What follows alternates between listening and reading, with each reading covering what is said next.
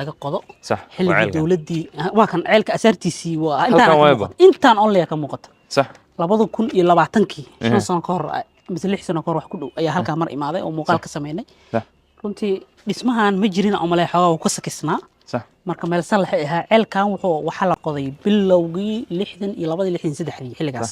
waa xilligii aadan cabde صح. madaxda ka ahaa ودنك wadanka marka ceelkan wuxuu ka mid yahay ceelasha qadiimiga ee magaalada Gurceel markii laga soo tago meeshii magaaladu ka bilaabatay ceelkii labaad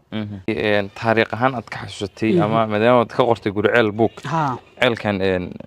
maadaama aad tiri lixdaameedkii maxaa ka mid ah taariikh ahaan runtii ceelkan wuxuu ahaa ceel dadku ka wada cabaan markii soo oo ha intaan ceelka shimbiroosh la samaynin tuulooyinka Gurceel oo dhan ku hareeraysan dadku xoolahooda keensan jireen صح marka inta badan meeshan dhul iska hoodo u ahaa صح oo magaalada ka baxsan marka dadka iyo dunyada dhana ka wada cabi jiray laakiin marka kan waxa la kansalay 700yadii markii la sameeyay shimbiroosh ceelkii shimbiroosh Aad iyo aad. loo wareegay maadaama magaaladii meeshan ku soo dhawaatay si fiican marka ceelkan waa ceelkii labaad ee Gurceel